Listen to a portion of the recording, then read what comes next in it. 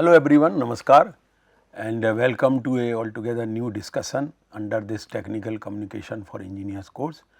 And in this lecture we are going to discuss about data inputs and analytical methods, how they should be presented and what are the important points or importance of all this.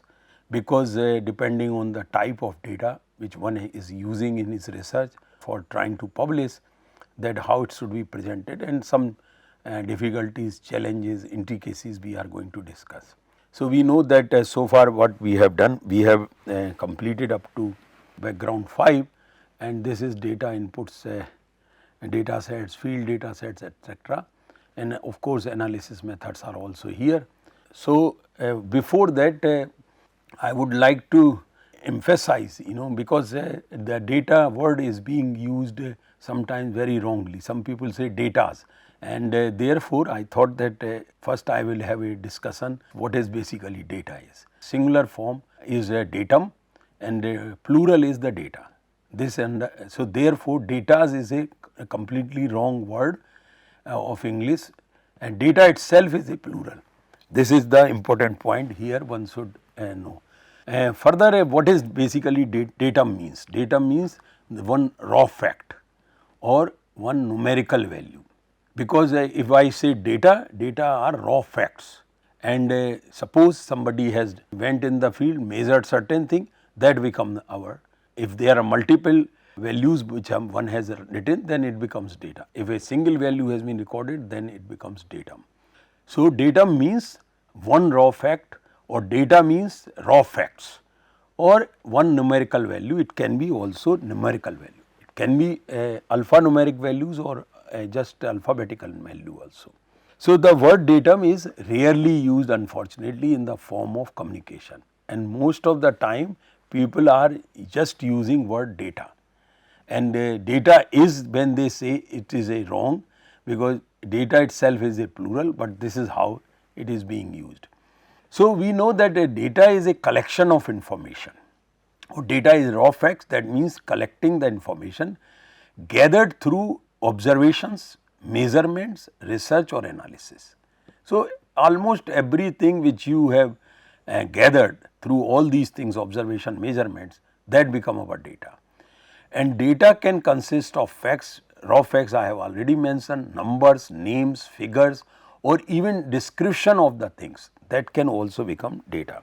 And it can be organized in the form of graphs, charts and tables. So, some of the examples here in this particular lecture we will see in form of tables others, but otherwise we will see in subsequent discussions. So, data can be described as a collection of discrete or continuous values that convey information. Now, there is another differentiation which we will see just after within few seconds, that data and information, these are two different things, and that we will see what is the differences here, because it is a collection of discrete values that convey information. Data and information are not same. Systematic record of a specific quantity, and that becomes our data. A set of facts and figures are useful in a particular purpose like survey or in the analysis. So, whether it is a field investigations or it is in the lab investigations or through some other sources the data has come, that can be considered under this data or data sets. So, a set value of qualitative or quantitative variables about one or more persons or objects, that becomes our data, and the data can be presented in numbers, letters or form. Let me give you an example. Suppose the census data is collected. So, lot of variables which are collected are in form of quantities or numbers, and many other variables which are collected in terms of alphanumeric numbers or just proper noun things also. So, everything about a household, that becomes a data. So, and then for a village, city and state and country, that everything is then data. And as we know, the data can be presented in numbers, letters or other form, and it can be stored and processed by a computer. So, this is the point now comes about the computer. So, now we are looking data, information and knowledge, and there are three different things. If you think in hierarchy, then data is at the bottom It's a just simple raw facts, simplest form consisting of raw alphanumeric values. These can be alphanumeric, these can be purely numeric values, or these can be just proper noun kind of thing or names. So, information is created when data are processed. Now, one must be getting now sense what I am trying to say, that once the data is processed, then it becomes information and organized or structured to provide context and meaning. So, when suppose if I give again example of consensus data like census data, then it is collected. The people are not analyzing. Some people are just collecting the data and depositing and giving to some higher ups who would analyze, who would process the data, and then data that becomes information. That how much population is there, what are the male population, what are the female population, and what is the economic background, and all that thing, that becomes the information. So, information is essential processed data. Basically, it is essentially a processed data. So, data has to be there. Data is the at the bottom of this hierarchy and important. Without data, you cannot generate information, and without information, you cannot generate knowledge. So, knowledge is what we know, what we can understand. So, let me start that data after once it goes through the processing. Nowadays we talk only computers. So, data processed through computers becomes information, and when this information is processed in like a geographic information system GIS, where we are using geographic coordinates, then this information can become knowledge. Let me give you an example. This is an example from JEE examination. When students fill their applications online, now portal I am talking. So, data is collected or students have given their data. Now, then it is processed, and then as per the availability of seats in different centers or in different cities, the then separate list is prepared. So, that information that such and such a student will go to such and such center, that is only after the processing, because the person who has provided the data does not have that control or does not have that kind of capabilities to do. So, now this information that how many people have appeared, whatever success rate and other thing. But if we can attach the geographic coordinates and start plotting the successful students, then we can have this plot say having a map of India in the background, and we would know that from where the maximum number of students are coming. And once we know this about the clustering or distribution, because there is not going to be a systematic distribution as we know. So, immediately questions will arise that why there are clusters in the country, from where the successful candidates are coming. Is it because of better coaching in those areas, or it is because of socio-economic backgrounds or any other factor? So, these questions then can be answered, and then once that we can answer, then that becomes the knowledge. Knowledge that these centers are good. If you go there and have a coaching, there is chances. So, that is what is knowledge is. Now, there is one more thing which people have added in this concept of data, information and knowledge, and that is the wisdom. So, again as I have said earlier, that data comes in this pyramid. If I consider that it comes at the bottom, and this is the base of the pyramid. If that is not there, rest of the things cannot be built up. So, data, and then you are having discrete elements, then you are having linked element, then in the knowledge you are having organized information, and then you are having applied knowledge, and that becomes your wisdom. So, the purpose of all this discussion is that whatever the data which is going to be used in your research, one should bring that analysis up to this level, knowledge and wisdom level, at least knowledge level, that what my paper should not only contain the data and information. My paper, my work, my thesis should bring the knowledge about a particular specialization, particular work and so on. And if we can add to this wisdom, that would be the real ultimate aim. But at least information should be there so people can understand. Another, this cartoon is quite good, so I thought that I will discuss this.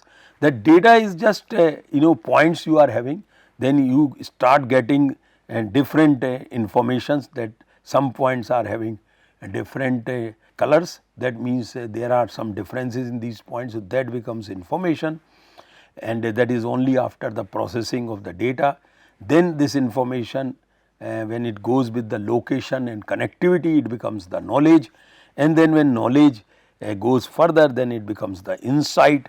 As you can see that this is might be the beginning, this is might be the end, then it is the wisdom, and one more step in this, that it is the conspiracy theory, that if we linked these points, probably we are getting a shape of an animal.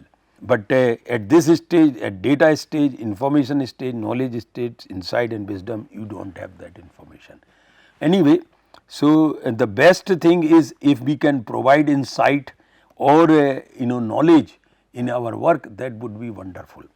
Another way of this important is that the knowledge has to end with decisions.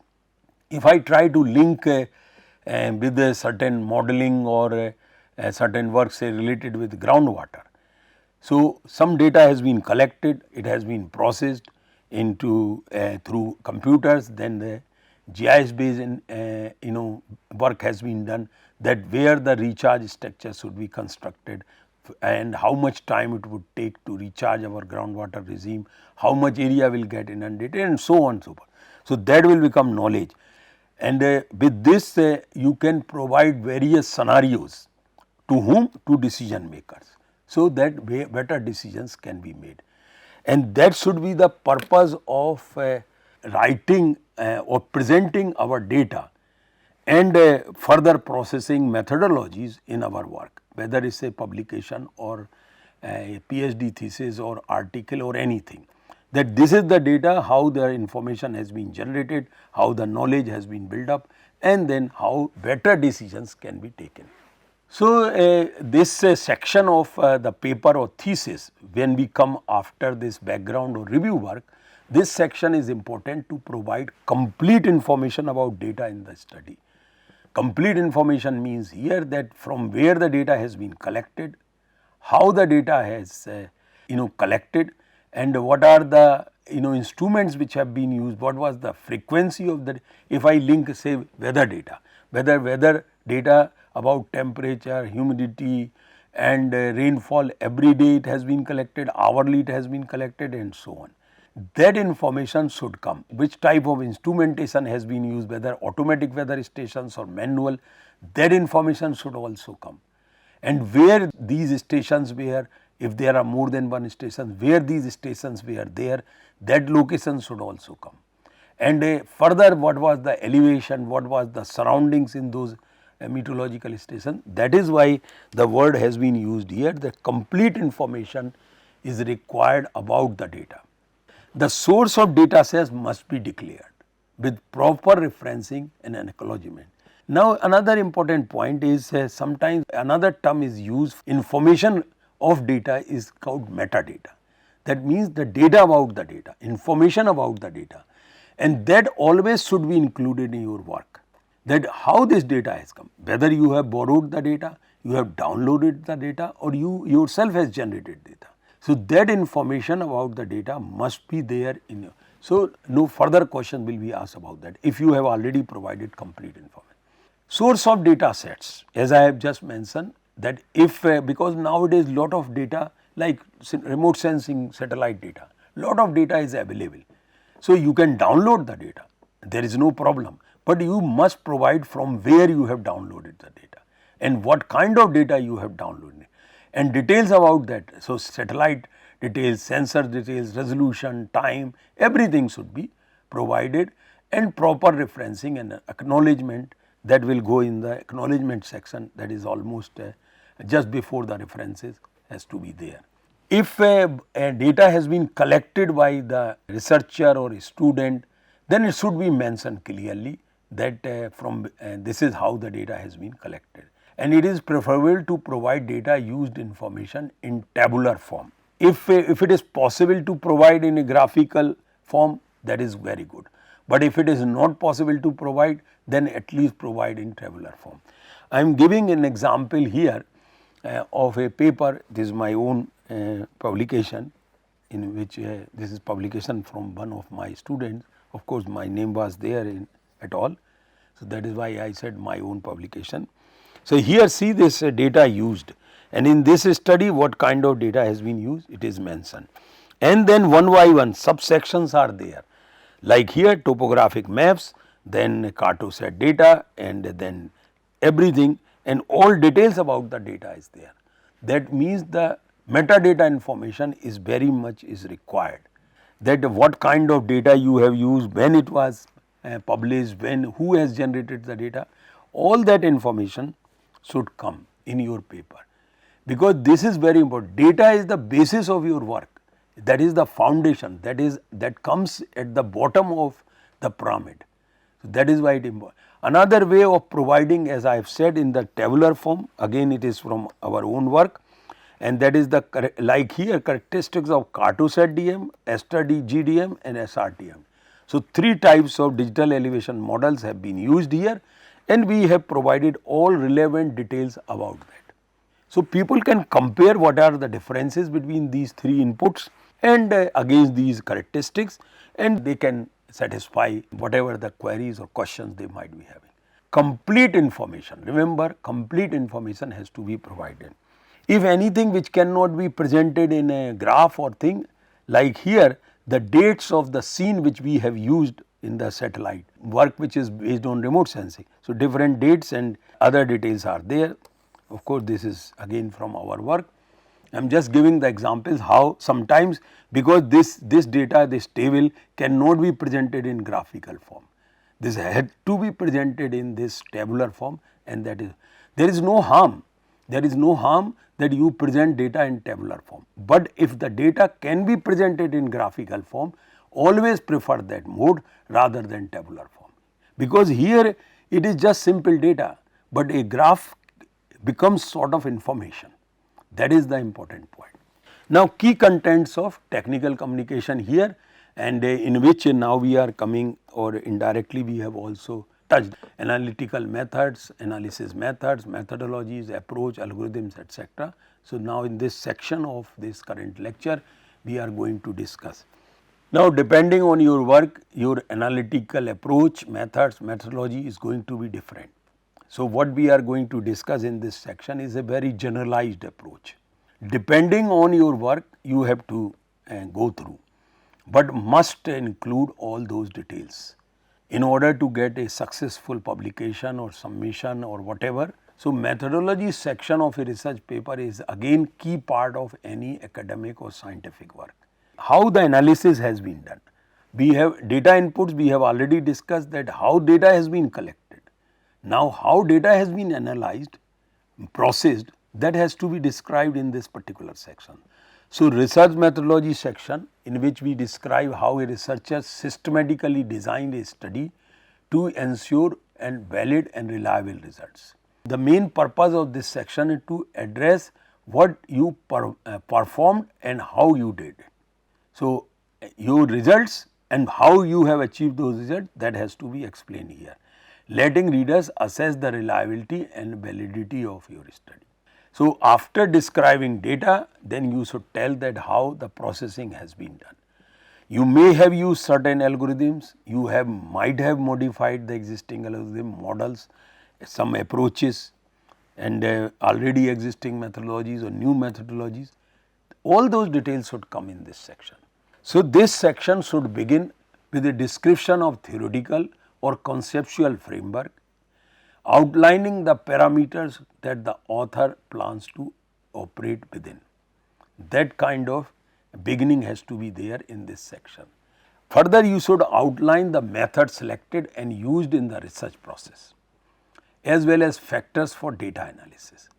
And in this section, methodology section of a research paper manuscript, you should let your readers analyze your approach to the study.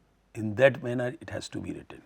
So, you should start first topic of your study as like an introduction, like in background. So, here just try to link this part or this section of your work with the topic, what are the tools, techniques which one has used and how this analysis has been conducted. So, in case of background we have discussed certain tips. So, here also we are discussing certain tips for writing a methodology for research paper. Restart your thesis or research problem. Here again you are saying why this analysis is being performed as per the topic of or your specialization or your research problem which you have taken. So, here you would restart again, but very brief manner, very focused manner, just 1 or 2 sentences. You are trying to link the methodology. Explain the approach you choose, whether you have chosen a certain algorithms, then why you have chosen, certain methodology you have chosen, why you have chosen, why you have developed, why other already published work or methodology were not useful. Every detail should come at this level. Explain any uncommon methodology you use. If you have used anything, but purpose here is to provide all details about your approach, algorithm, methodology or analytical methods. Describe how you collected the data you used. That section will be there in data inputs, but you have to link with that. That each section should be linked with another in a sequential manner, otherwise the data section will lie in complete isolation. So, here you have to connect that one. Explain the methods you need to analyze the data you collected. So, why a particular approach has been selected, that you explain. Evaluate and justify the methodologies chosen you made.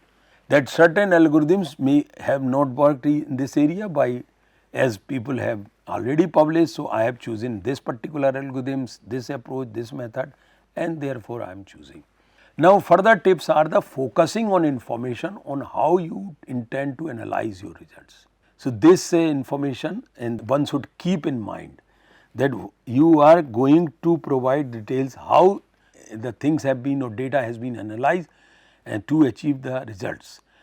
And another point here, another tip is here, describing how you plan and intended to achieve an accurate assessment of the hypothesis, relationship, objectives, patterns, trends, distribution associated with the data and research purpose. So, all those details should also come here. As good information, accurate and focused information you would provide in this, there are always high chances that one will get success in this. Be very specific about your analysis. Here, as I have said, focused. So, that is what meaning is. Specific, not here and there. Why this analysis or this analytical approach has been chosen and why others not. If they are available, very briefly you can mention and justify your choice. We are almost approaching the end of this discussion about analysis methods, methodology, approach, algorithm, etc. So, basically in this section of the thesis which or paper, manuscript, report, it is important to provide complete information. So, in summary we are saying complete information has to be there.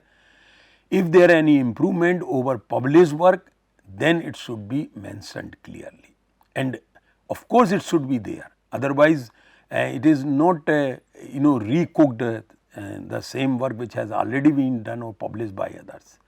So, there has to be always improvement or about the knowledge, maybe new data sets, maybe new instrumentation, new type of analysis. So, the improvements over already published work should be highlighted in this section very clearly. And if one is using a particular methodology, instead of writing in the text, the same may be presented through as easily understandable flowchart. This is the method which I always prefer most, because we know that a picture tells 1000 words. So, instead of writing step by step methodology which you have chosen, very briefly in the text you can mention, but use a flowchart. And through those boxes and arrows you can show that how the analysis has been done, at what step what has been done. So, this is the flowchart approach in case of methodology is always preferable, should be preferable, always good and impactful for this section of your work. and finally, it is preferable to provide complete details about the methodology. This information, this part we have already discussed few times.